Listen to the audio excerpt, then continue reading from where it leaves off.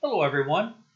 This is a video for Module 11, Chapter 11, Analyzing Data with Business Intelligence. Analyzing Data with Business Intelligence. I will be completing the review assignment found on page EX 720 of your textbook. EX 720. To complete the review assignment, you will need 3 files. You will need sales.xlsx, saleshistory.csv, and wrdata.accdb. Please go out to the student files on Blackboard to retrieve those 3 files. I have created a folder on my desktop called Chapter 11 in which I placed all 3 of those files. If you want to do something similar to that, that would be great, but put them somewhere where you'll be able to retrieve them as we complete the review assignment. While you're retrieving those 3 files, I'm going to read the opening paragraph. If you need to pause this, that's fine, and then return to it once you've got the files ready. Gabriel wants you to create a workbook examining sales data drawn from several data sources. In this report, he wants to analyze 2-year sales data from 3 product categories: cymbals, drum sets, and gongs. You will write a query to retrieve the data and combine the data within Power Pivot. You will then create a pivot table to summarize the results, a Power View sheet for data exploration, and a Power Map to present the data geographically. Complete the following. Okay, first things first. Let's open up the sales workbook. So I'm going to go to my folder and open up that particular workbook. Okay. What I'm going to do next is actually not a step in the review assignment, but we're going to need to include another ribbon. Like we did the developer ribbon for the macro chapter, we have to add a ribbon called Power Pivot. So what I'd like you to do is I'd like you to go to File, Options,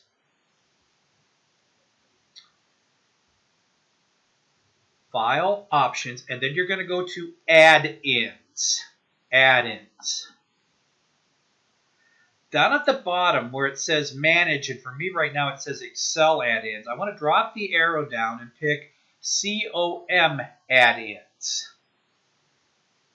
Click Go and check the box that says Power Pivot, and then click OK. And that should add another ribbon to your Excel sheets called Power Pivot. All right. We're also then going to save this as sales report according to the instructions in step 1.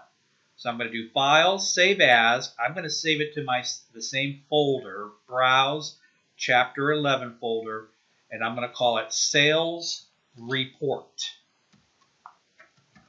And click Save. Now, in addition, before we continue, I will not be completing steps 13, 14, or 15. This is utilizing something called Power View. And based on my last 2 semesters and students emailing me right and left saying, I don't have Power View, or that's not working on my computer because of the version of Excel that I have, I've elected to skip Power View in this chapter. So I will not be covering that in this video. I will be sending more information out about this when I send out the email concerning the assignments for the last week of classes. But I will not be covering steps 13, 14, and 15 in this particular video. Step 2. In the documentation worksheet, enter your name and date. So in B3, I'm going to type my name, both first and last name. And in the date, I'm going to type 07/12/2019. So I've completed the first 2 steps. Step 3. in the sales history worksheet, construct a query to retrieve the year, business year, and units sold columns from the sales history CSV file located wherever you saved it into the Excel table starting at cell C4 of the sales history worksheet. Okay, this is requiring me to go to the data ribbon. So I'm going to go to the data ribbon and I'm going to where it says get and transform data, and I'm going to click on from text/CSV. That's what they're asking me to do, is use the sales history CSV file. So I click on that, and there it is. Now, if you need to go to your desktop or wherever you saved all of your files that I asked you to download before we started this, find saleshistory.csv and then click import. Again, if you need to pause this while you find that file, that's fine. This is showing me a preview of what that saleshistory.csv file looks like. I'm going to go to transform data because I don't want all of the columns. I'm going to specify only the columns that I want. So I go to transform data. They have asked me to retrieve the year column, which is already selected. Then I hold down my control key and I click on business year, because that's another one they want me to include. It says to retrieve the year, business year, and units sold. So then I click on units sold. I've got just those three columns selected. Now I'm going to go up here to where it says remove columns, drop the arrow down, and I'm going to say remove the other columns that I did not select. Remove other columns. That leaves me with just the three columns that they wanted me to retrieve. I go to click and load, close and load, but don't just click the button. You want to drop the arrow down and you want to close and load too, so that you can specify exactly where you want this to load to. So I click close and load to, and I specify that I wanted to go to the existing worksheet that I'm currently on, sales history, and I wanted to start it in A4. Based on the instructions, that's what it says, starting at cell A4 of the sales history worksheet. I click OK, and it brings in that data that I have asked for from the CSV file. So we've imported it from a different type of file. Very good. Step 4, format the units sold in comma style with no decimal places. All numbers should be formatted appropriately to make it look professional. If you were to submit this, if you were an employee of mine and you submit this to me, I'd hand it right back to you and say, make these numbers easier to read. Any number 1,000 or greater should always be formatted with at least comma style. So that's what they're asking me to do. So I'm going to highlight all of these numbers.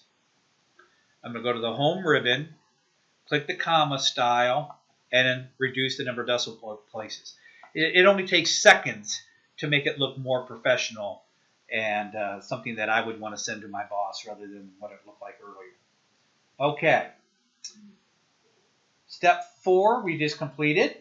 Step 5, create a scatter chart of units sold versus business year, and then resize and move it to cover the range D4 to K18 in the sales history worksheet.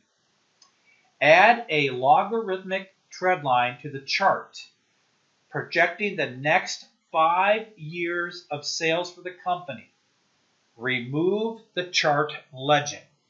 So what I want to do is select just columns B and C, including the labels, all the way down to row 27. Okay? So I want to select that range first so it knows what I want to chart. B4 down to C27. Then I go to Insert, where I find all of my charts. And I'm going to choose this chart right here, insert scattered, and I'm going to pick this one right here. It's called the scatter. So again, the particular object here under charts is insert scattered XY or bubble chart. I use the drop down arrow and I'm going to pick the very first one called scatter. So I click on that. So far so good, but the instructions wanted me to, well, first of all, I'm going to move it to D4 to K18. So I move it to D4, so the upper left corner is right in the middle there. I mean, right at the left edge of D4. I can move it out to column K. And I'm going to scroll down and make sure that it's no farther than row 18. It looks like I can move it down a little bit further to take up the range that they've asked me to do, D4 to K18.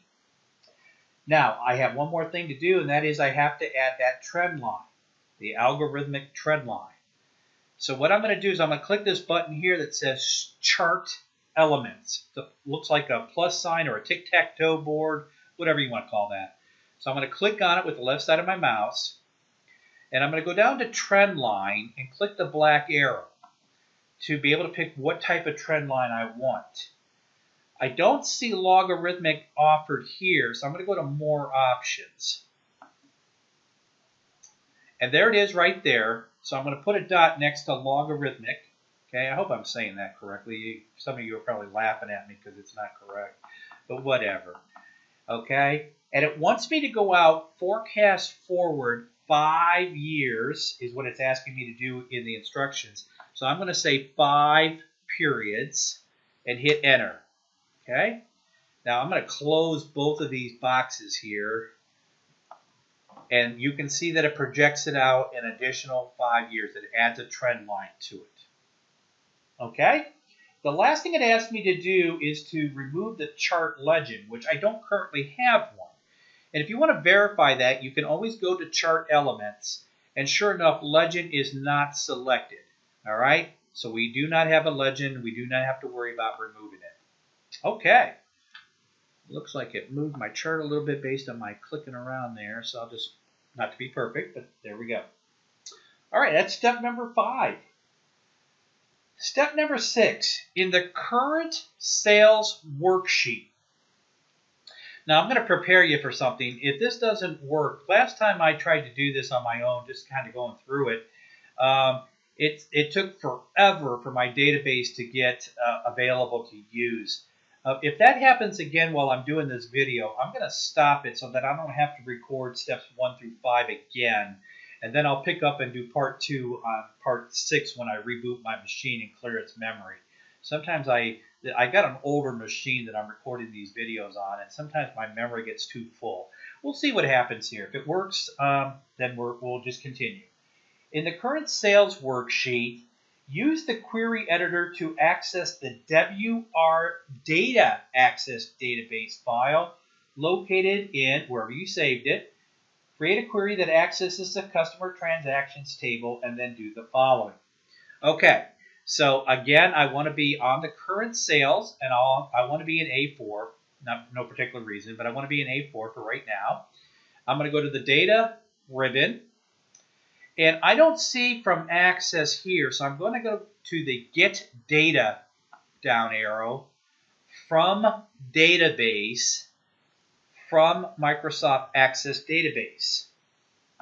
And they want me to use the WR data, so go retrieve it wherever you saved it on your desktop, in My Documents, wherever you saved it, but find WR data and then click Import.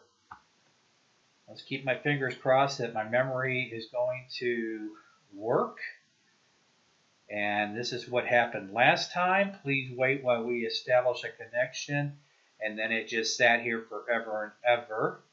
And I think I'm going to have to force to stop this recording. And I will pick up with step 6 once I clear the memory on my computer. So this will give us a chance to go get a drink or something, use the restroom, and then you might want to watch part 2 of my video. I apologize, but I anticipated this might happen again. It happened once before. So I'm going to stop the video and do part 2 starting on step 6. Thank you.